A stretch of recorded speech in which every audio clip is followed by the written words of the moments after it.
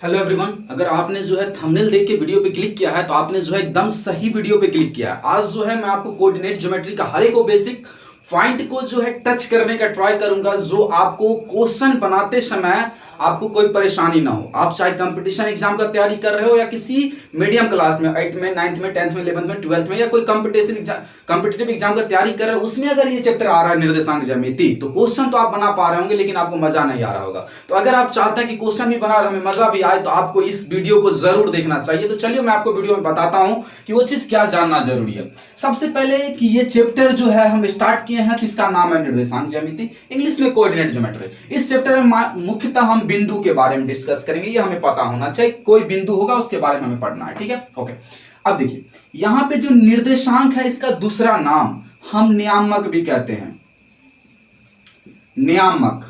तो आप निर्देशांक ज्यामिति या नियामक ज्यामिति इसे पढ़ सकते हैं, इंग्लिश में कोऑर्डिनेट ज्योमेट्री। इस चैप्टर का जो है फादर माना गया है रेने द कार्ते को, रेने द कार्ते, ठीक है।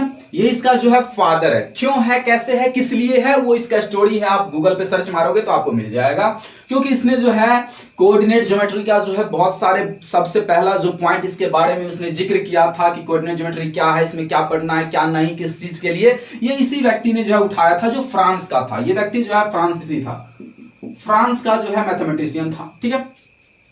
अब जो है इस चैप्टर में जो हमें सबसे माइन पॉइंट सुनेंगे वो सुनेंगे एक्स अक्ष, ठीक है। एक्स अक्ष, हर एक पॉइंट को हम कवर करेंगे, आप आराम से देखिए। एक्स अक्ष, सबसे पहले ये जानना जरूरी है कि एक्स अक्ष क्या होता है। दूसरा पॉइंट हम जानेंगे वाई अक्ष। ये दो पॉइंट सबसे पहले हम जान लेते हैं कि क्या होता है।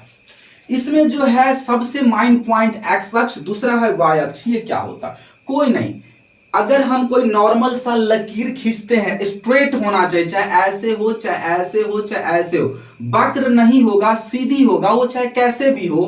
अगर वो सीधी है, स्ट्रेट है, तो उसको हम कहते हैं सरल रेखा, ठीक है। तो अगर किसी रेखा को हम, सरल रेखा को लेटा करके रखते हैं, तो इस चैप्टर के लिए यही सरल रेखा एक्स अक्ष कहलाता है। जब किसी सरल रेखा को हम हॉरिजेंटल टाइप कर देते हैं, लेटा के रख देते हैं, तो यही रेखा इस चैप्टर में जो है एक्स अक्ष का नाम से जाना जाता है कि ये एक्स अक्ष है। दूसरी, अगर इसी रेखा, सरल रेखा को हम सीधी रखें, सीधी करके खड़ी कर दें, तो यही रेखा इस चैप्टर में y अक्ष का काम करेगा, और जो लेटा के रखेगा, हॉरिजॉन्टल करके रखेगा, वो x अक्ष होगा, और जो वर्टिकल होगा, ऊर्ध्वाधर होगा, वो रेखा जो है y अक्ष होगा। इतना क्लियर हुआ। ये दो, इस चैप्टर में ये दो रेखा बार बार आएगा।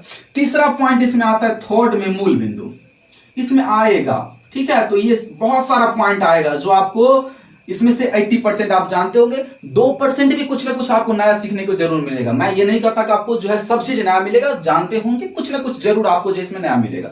मूल बिंदु क्या होता है इसी चैप्टर में, जब इसी हॉरिजेंटल लाइन को और वर्टिकल लाइन, मींस मेरा कहने का मतलब एक्स अक्ष को और वाई अक्ष को, उस चैप्टर में चलेगा तो इसको हम वर्टिकल हॉरिजेंटल नहीं कहेंगे। एक्स अक्ष, वाई अक्ष, लेटा हुआ वाला रेखा एक्स, खड़ा वाला रेखा वाई अक्ष, ठीक है। तो इसी चैप्टर में जब ये एक्स अक्ष और वाई अक्ष आपस में प्रतिच्छेद करता है, तो जहां पे करता है, जहां पे कटता है, उसी को कहते हैं हम मूल बिंदु। क्या कहते हैं, यहां पे जो पॉइंट कटा, इस पॉइंट का नाम देते हो, ये पॉइंट कहलाता है मूल बिंदु, ठीक। अब देखिए मूल बिंदु का डेफिनेशन क्या हो सकता है कि एक्स अक्ष और वाई अक्ष के कटान बिंदु को हम मूल बिंदु कहते हैं। ओके, अब चलिए, अब चैप्टर में जो है हम इंटर करते हैं और चैप्टर के हिसाब से हम पॉइंट आपको बताते हैं कि क्या क्या इसमें जानना है। आपने 3 पॉइंट को कवर किया, ठीक है।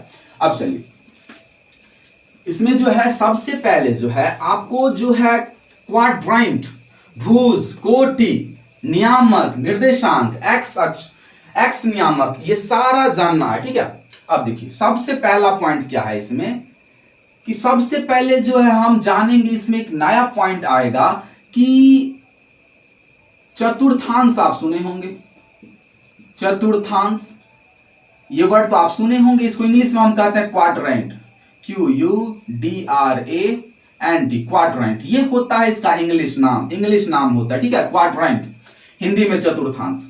अब इसमें आप नया ये जानिए कि इस चतुर्थांश का जो है दूसरा नाम आप पाद भी बोलते हैं, या इसका दूसरा नाम चरण होता है। क्या होता है? चरण। तो या चतुर्थांश बोले, क्वाड्रेंट बोले, पाद बोले या चरण बोले, सबका मतलब एक ही है कि ये बात कर रहा है चतुर्थांश का। तो हम ये जानेंगे कि आखिर ये चतुर्थांश होता क्या है, होता क्या है। तो बहुत सिंपल है, एक्स अक्ष, क्या चीज? एक्स अक्ष एवं वाई अक्ष, एक्स अक्ष एवं वाई अक्ष। अभी आपने जाना एक्स अक्ष क्या? ये वाला। वाई अक्ष क्या? ये वाला। तो एक्स अक्ष एवं वाई अक्ष जब किसी प्लेन को, प्लेन मतलब क्या होगा? ये जो आपको बोर्ड दिखाई दे रही प्लेन सतह है, जब ये एक्स अक्ष ये और वाई अक्ष जब किसी प्लेन को, तो प्लेन ही था ना, तो ये एक्स अक्ष है, ये एक्स अक्ष, ये पूरा का पूरा यहां से लेकर इधर इंफिनिटी तक ये लाइन होता है, और ये होता है वाई अक्ष। आराम से वीडियो को देखिए, आपको जो है सब चीज क्लियर होगा। जब एक्स अक्ष और वाई अक्ष किसी प्लेन को चार बराबर भागों में बांटता है, एक्स अक्ष एवं वाई अक्ष किसी प्लेन मतलब समतल को, प्लेन को हिंदी में कहते हैं समतल को, चार इक्वल भाग में बांटता है, डिवाइड करता है, बांटता है, तो उसे हम क्या कहते हैं? चतुर्थांश कहते हैं, चरण कहते हैं। ये क्वेश्चन बना कि चतुर्थांश चरण पाद किसको कहेंगे? भाई साहब कुछ नहीं, ये एक्स अक्ष और वाई अक्ष एक प्लेन था, सिंपल एक एरिया था, इसको क्या कर दिया? पहला भाग, दूसरा भाग, तीसरा भाग और चौथा भाग में चार इक्वल भाग में डिवाइड कर दिया। तो प्रत्येक भाग को चतुर्थांश कहते हैं। मींस चतुर मतलब हो गया चार, अंश मतलब हो गया भाग। मींस जब किसी प्लेन को चार बराबर भाग में डिवाइड किया गया, चार बराबर भाग में डिवाइड किया गया, तो यहां से ये वाला भाग, यहां से ये वाला भाग, यहां से ये वाला भाग, सारा का सारा इक्वल बनता है। पर इस भाग को हम कहते हैं चतुर्थांश, इस भाग को हम कहते हैं चतुर्थांश, इस भाग को कहते हैं चतुर्थांश, या पाद बोले या चरण बोले, सारा का सारा प्रत्येक भाग चतुर्थांश कहलाता है। आई होप आपको समझ में आया होगा कि चतुर्थांश क्या होता है, चरण क्या होता है, क्वाड्रेंट क्या होता है। ठीक है, अब बात करते हैं दूसरे बिंदु पर हम। अब चलिए अगला पॉइंट क्या होगा वो भी जान लीजिए कि एक्स अक्ष का डिफिनीशन क्या होगा। सर एक्स अक्ष का मतलब क्या? कुछ नहीं, बहुत सिंपल है। आप देखिए यहाँ पे ये है एक्स अक्ष का डंटा और ये है वाई अक्ष का डंटा। बहुत सिंपल, बहुत बढ़िया। अब देखिए यहां पे ये एक्स अक्ष है, तो यहां से यहां ये इंफिनिटी तक बढ़ेगा, यहां से यहां ये इंफिनिटी तक बढ़ेगा। इसको आप आगे कहीं भी ले जा सकते हो, इनफिनाइट होता है इसका। ठीक है, अब जो है ये सारा का सारा एक्स है, तो यहां पे जो यहां पे करते हो तो मूल बिंदु है, तो जो है यहां से सिचुएशन क्रिएट होता है कि यहां से जो है मूल बिंदु से लेकर के राइट तरफ जो होगा वो एक्स है, ये भी एक्स है। इधर का जो नंबर होगा वो निगेटिव रखा जाएगा और मूल बिंदु से दाएं तरफ का जो नंबर होगा वो निगेटिव होता है।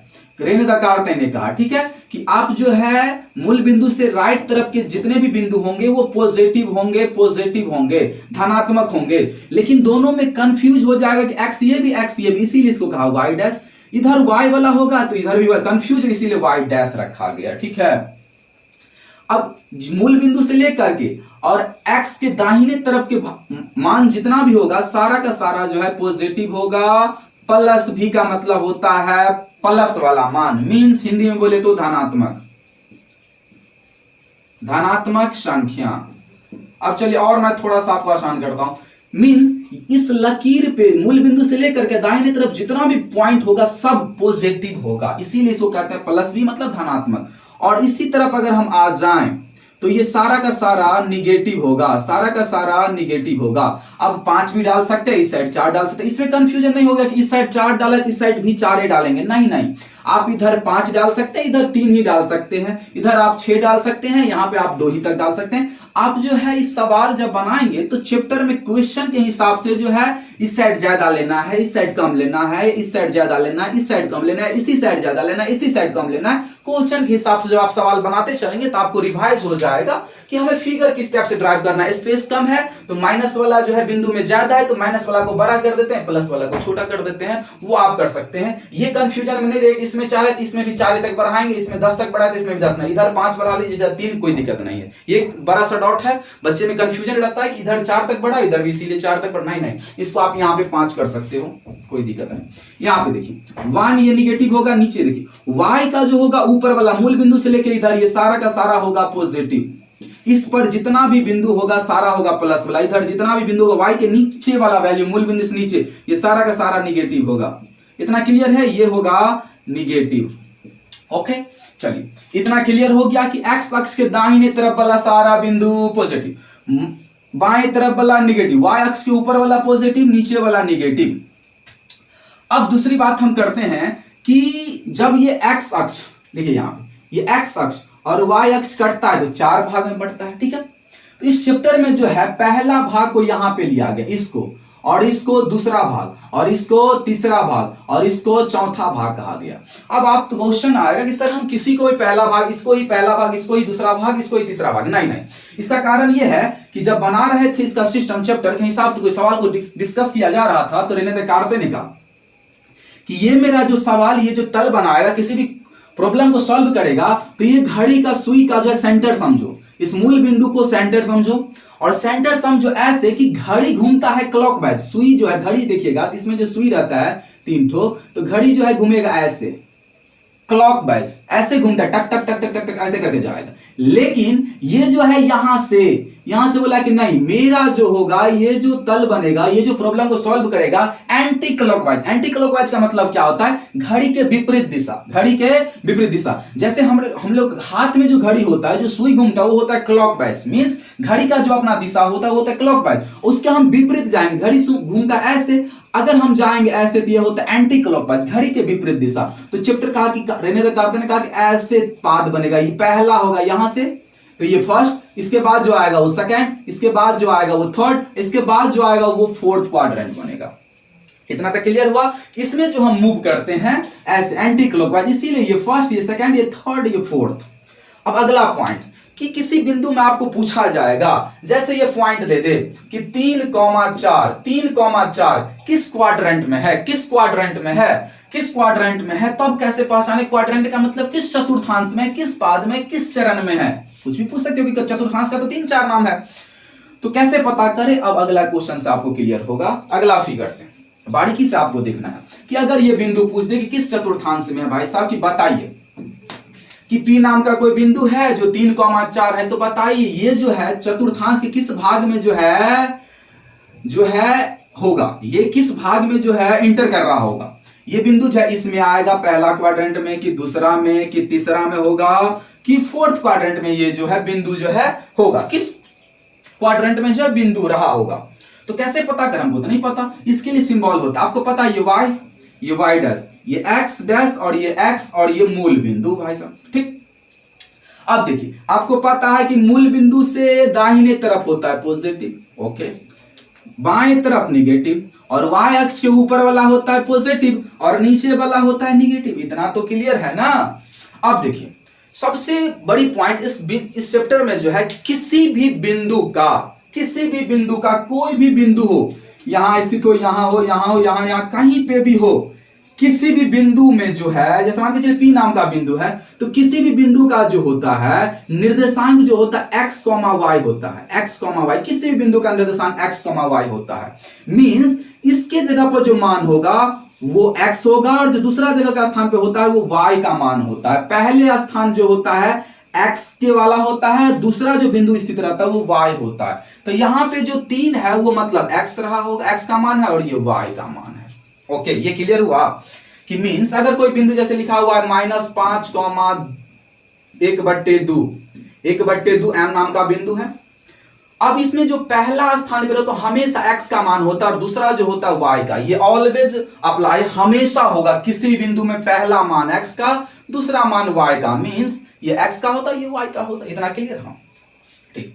अब चलिए, पहला चतुर्थांश का जो निर्देशांक होता है, किसी बिंदु के लिए 2 वैल्यू चाहिए, एक x का और एक y का, और x y ही चाहिए क्योंकि x y से ही बना है ये चैप्टर। तो इसका सिंबल क्या होगा, प्रथम चतुर्थांश का जो सिंबल क्या होता है, अगर कोई बिंदु प्रथम चतुर्थांश में है, इसमें कहीं पे भी है कोई बिंदु स्थित, तो उसका निर्देशांक क्या होगा, उसका निर्देशांक क्या होगा, वो जो है किस सिंबल के साथ इस बिंदु में होगा, तो डिसाइड होता है किसी भी बिंदु का मान जो होता है वो x और y होता है। मींस पहले लिखाता है x, बाद में लिखाता है y। ये क्लियर हुआ, जैसे लिखे हम 2 और 3, तो ये जो है x और ये है y।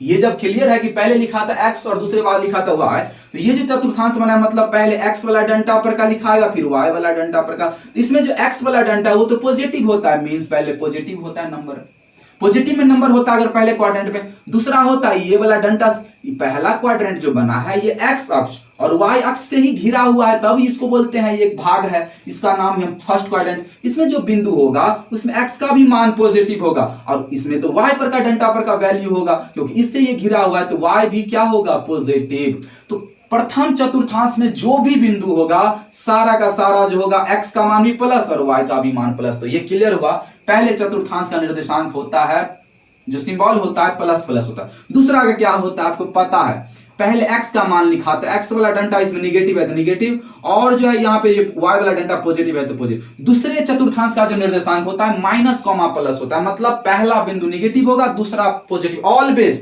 इसमें कहीं पे भी कोई बिंदु आएगा तो पहला निगेटिव दूसरा पॉजिटिव। थर्ड में पहला बिंदु x का लिखा था, थर्ड ये वाला से और ये वाला से बंद है, तो थर्ड में तो पहला x का मान लिखो तो निगेटिव है, y का मान भी निगेटिव, तो थर्ड क्वाड्रेंट का जो निर्देशांक होगा माइनस माइनस होगा। फोर्थ में क्या होगा, पहले लिखा था x का मान तो x पॉजिटिव है, बाद में लिखा था y का y निगेटिव है, तो फोर्थ क्वाड्रेंट का जो सिंबल होता है माइनस कॉमा प्लस। इतना क्लियर है, अब ये याद हो गया। अब देखिए जो हम आपसे क्वेश्चन पूछ रहे थे कि बताइए ये P नाम का कोई बिंदु है, ये किस चतुर्थांश में होगा, ये किस चतुर्थांश में होगा, तो यहां देखिए 3, पीछे में कोई भी सिंबल नहीं, मतलब प्लस का सिंबल होता है, ये पॉजिटिव है और ये भी पॉजिटिव है, तो पॉजिटिव पॉजिटिव किस चतुर्थांश में आता है, तो प्लस प्लस, तो पहला क्वाड्रेंट में। तो कोई पूछेगा ऑप्शन में डाला रहेगा प्रथम द्वितीय तृतीय चतुर्थ, तो कौन में जाएगा, प्रथम में जाएगा, फर्स्ट क्वाड्रेंट में जाएगा। ओके, अब आपको चतुर्थांश चुनना आ गया, जैसे दे देगा -2, -3, ये किस क्वाड्रेंट में जाएगा, तो यहाँ पे तो सिंबल दिख रहा है माइनस, ये भी माइनस, माइनस कॉमा माइनस, ये तो थर्ड क्वाड्रेंट में है, ये थर्ड क्वाड्रेंट का जो है, ये थर्ड क्वाड्रेंट का बिंदु है। ओके, आपने जो है चतुर्थांश चुनना सीख गया कि कोई बिंदु जाए किस चतुर्थांश में, सिंबल के हिसाब से। ओके, अब चलिए, और आपने एक भी ये भी सीखा है कि इसका जो इसमें जब क्वाड्रेंट पढ़ते हैं वो एंटी क्लॉकवाइज जो है हिसाब किया गया है। ठीक है, अब बात करते हैं हम अगला पॉइंट के बारे में जो बहुत इंपॉर्टेंट है कि अगर किसी बिंदु का जो है हमसे भुज पूछे, कोटि पूछे, ये क्या होता है, चलिए जानते हैं इसको। अब जानते हैं भुज। भुज क्या होता है, बहुत सिंपल है। भुज को हम क्या कहते हैं, एक्स निर्देशांक को हम भुज कहते हैं, एक्स निर्देशांक को हम भुज कहते हैं। भुज को एब्सिसा भी कहते हैं, ABSCISS, एब्सिसा।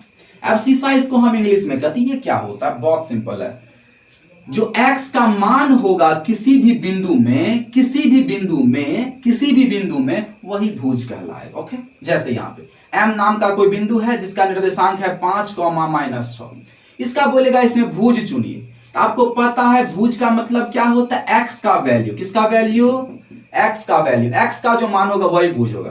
तो किसी भी बिंदु का तो पहला मान तो x ही होता है, मतलब भुज बराबर क्या हो जाएगा, इसमें भुज चुनना रहेगा तो 5। ओके, भुज बहुत सिंपल, जैसे लेगा -2/3, 6, भुज बताइए भुज क्या होगा, पहला मान x का होता है और x को ही हम भुज कहते हैं, तो यही हो जाएगा भुज, -2/3 भुज हो गया। ओके, जैसे फिर से समझिए, जैसे हमें दे दे 10,4 में भुज का मान क्या होगा, तो पहला मान ही भुज होता है, पहला मान भुज होता है, क्योंकि x के मान को भुज कहा जाता है, x निर्देशांक को भुज कहा जाता है, तो पहला मान होता है x, तो x यही तो भुज होगा, और कौन सा होगा भुज। अगला पॉइंट, अगला आता है कोटि, वो भी जानिए कोटि क्या होता है। कोटि पॉइंट पूछेगा आपको, कोटि ये क्या होता है, कोटि को इंग्लिश में कहते हैं ऑर्डिनेट, ORDINATE, ऑर्डिनेट। ऑर्डिनेट ये क्या होता है, बहुत सिंपल है, तो कोई भी बिंदु होता है उसमें दो मान होता है, x और y होता है ना, पहला स्थान पे जो रहेगा उसको कहेंगे भुज, और जो दूसरा स्थान पे रहता है वो y रहता है, पहला स्थान पे x रहता है, तो y वाला जो मान होता है वो होता है कोटि। नहीं समझ में आया, फिर समझिए। जैसे P नाम का कोई बिंदु, यहाँ पे 5,7, तो भुज चुनेगा तो पहला वाला होता हमेशा किसी बिंदु का पहला मान भुज और दूसरा मान कोटि, कोटि बोलेगा तो सेकंड वाला, भुज बोलेगा तो फर्स्ट वाला। चुन लीजिएगा। ऑब्जेक्टिव में देगा बिंदु 4,6 में भुज का मान बताइए, तो 4,6 पहली बार जो आएगा 4 तो हो गया भुज, सेकंड बार 6 वो हो गया कोटि। अब x निर्देशांक क्या होता है, बहुत सिंपल है, देखिए x निर्देशांक क्या होता है वो भी जानिए। बारीकी से जो आपको वीडियो को देखना है अंत तक, तब आपको जो है हर एक चीज क्लियर हो जाएगा। अब देखिए कोई भी बिंदु है, मान के चलिए R नाम का बिंदु है, 4,5 है, 5,15 है। ये जो होता है इसको x कहते हैं, इसको y कहते हैं। इसी x को x निर्देशांक कहते हैं, x निर्देशांक कहते हैं। इसी को जो x निर्देशांक को ही x नियामक भी कहते हैं, ठीक है, x नियामक भी कहते हैं। और इसी x को भुज भी कहते हैं, ओके, भुज। अब देखिए सब क्लियर हो जाएगा इसी से आपका। जब आपको जो है x का मान पूछे कोई बिंदु दे करके, तो जो पहला वाला मान होगा वही होगा। अगर उसी बिंदु का पूछे x निर्देशांक, तो पहला वाला मान को ही कहा जाता है x निर्देशांक। x नियामक पूछे पहला वाला ही मान को कहते हैं। भुज पूछे तब पर ही पहला, मतलब घुमा फिरा के कुछ भी पूछे, x पूछे तो 5, x निर्देशांक पूछे तो 5, x नियामक पूछे तो 5, भुज पूछे तो 5। मीन्स अब याद कैसे रहेगा, देखिए पहली तो पहला वाला मान होता है x, तो देखिए इस तीनों में x लगा, x बोले तो समझ गए, x लगा के बोला तब समझ गए, x लगा के बोला फिर समझ गए। अलग से खाली भुज याद रखना है कि x को भुज कहते हैं। तीनों में x आए तो पहला वाला ही होता है, नाम अलग है, निर्देशांक नियामक, लेकिन पीछे तो x इंडिकेट कर रहा है कि याद रहेगा हमें तीनों की। x पूछेगा तो पहला वाला, x निर्देशांक पूछेगा तो भी पहला वाला, और x नियामक पूछेगा तो भी पहला वाला। और खाली भुज पूछेगा तो समझना है कि x का मान होता है भुज, तो यही हो जाएगा। अब अगर आपसे पूछे y का मान, या पूछे आपसे y नियामक या y निर्देशांक, कुछ भी, या पूछे y निर्देशांक नियामक, या पूछे आपको कोटि, सब जो है y का मतलब सेकंड वाला, y निर्देशांक का मतलब सेकंड वाला, y नियामक का मतलब सेकंड वाला, कोटि का मतलब भी सेकंड वाला। तो सेकंड वाला सब में क्या हो जाएगा, 15, 15, 15 और 15। तो आपने जो है भुज कोटि भी चुनना सीख गया, ओके। अब चलिए अगला पॉइंट एक और है जिसको आपको समझना बेहद जरूरी है। जैसे आपसे पूछ दिया जाए कि किसी बिंदु का जो है, अगर कोई बिंदु, ये y अक्ष है, ये y अक्ष है, ये x अक्ष है और ये x है, कंफ्यूजन ना हो इसीलिए इसमें y डैश x डैश डाला गया। ये मूल बिंदु 0। अगर कोई बिंदु यहां पे स्थित है, मान के चलिए P, तो पहले x का मान लिखाएगा, ऑलवेज हमेशा x इस डंटा पर से ही हम चुनेंगे, बाद में इस डंटा से चुनेंगे। मान के चलिए यहां पे 4 है और यहां पे 5 है, तो हमेशा पहला जो लिखाएगा वो x पर का डंटा पर का वैल्यू लिखाएगा, x पर के डंटा पर का वैल्यू लिखाएगा। तो x है 4 तो 4 और फिर 5। आप कतई ऐसा नहीं कर सकते कि पहले 5 फिर 4, ऐसा आप नहीं कर सकते। ये बिंदु जिसके सामने आएगा x अक्ष पर वही पहले, बाद में ये सेकंड स्थान पे आता है, ओके। इसमें कंफ्यूजन नहीं, चाहे इसी क्वाड्रेंट में क्यों ना स्थित हो, यहां पे हो, यहां पे मान के चलिए 3 है और यहां पे जो है 6 है, तो इस बिंदु का नाम चलिए मान के चलिए m दिया, बोलेगा इसका निर्देशांक क्या होगा, तो 6 आप पहले नहीं लिख सकते, हमेशा जो है x का वैल्यू लिखाएगा। तो यहाँ पे 3 कॉमा और ये 6, क्योंकि आपको पता है किसी भी बिंदु का निर्देशांक x कॉमा y होता है, मींस पहले x का फिर y का, ओके। इतना तक क्लियर। अब चलिए यहां से लेके यहां तक के हम कहते हैं x अक्ष। ये x अक्ष क्या होता है, आपसे डिफिनेशन पूछे कि x अक्ष क्या होता है बताइए, तो बहुत सिंपल, देखिए x अक्ष ये क्या होता है, x अक्ष। और दूसरा पॉइंट पूछेगा आपसे y अक्ष ये क्या होता है, बहुत सिंपल। अब देखिए x अक्ष का नाम नॉर्मलिंग कैसे करेंगे, सरल रेखा, डिफिनेशन देखिए, सरल रेखा x0 x डैश, सरल रेखा x0 x डैश को x अक्ष कहते हैं। सरल रेखा x0 x डैश को